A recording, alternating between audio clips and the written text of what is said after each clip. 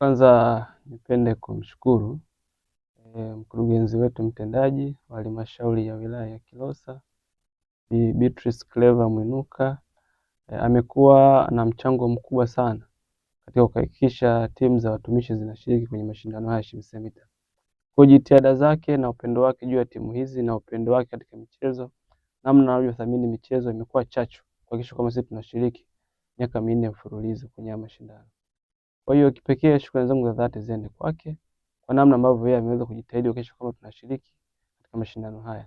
Lakini pia kwa upande wa mkuu wa wilaya ni mmoja kati ya wachapakazi na uchapakazi wake unaonekana katika sehemu zote kwenye michezo na sehemu zingine mbalimbali. Kwa hiyo tunashukuru kwa namna ambavyo wanaendelea kuonyesha jitihada zao kusupport michezo ya halmashauri ya Kilosa.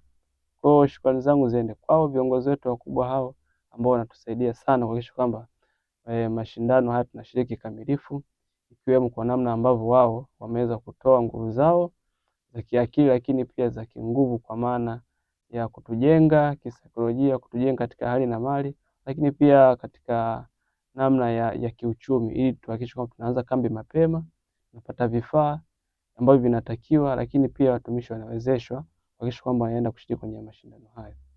Kwa hiyo kwa upande wa namna sisi ambavyo mambo yote tunategemea katika kama halmashauri, tunategemea kwenda kufanya vizuri kwa namna ambavyo maandalizi yetu tumeyafanya.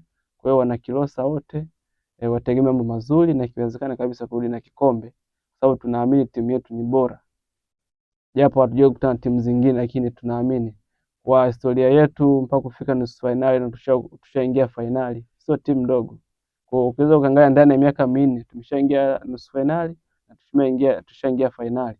Kwa hiyo sio jambo dogo. Kwa hiyo sisi tunategemea kwenda kufanya makubwa, na mojawapo lengo letu kubwa ni kwenda kuchukua ubingwa msimu huu, hasa kwenye mashindano ya mchezo wa mpira wa miguu. Tuna uhakika turudi na kikombe kwa namna yote ile.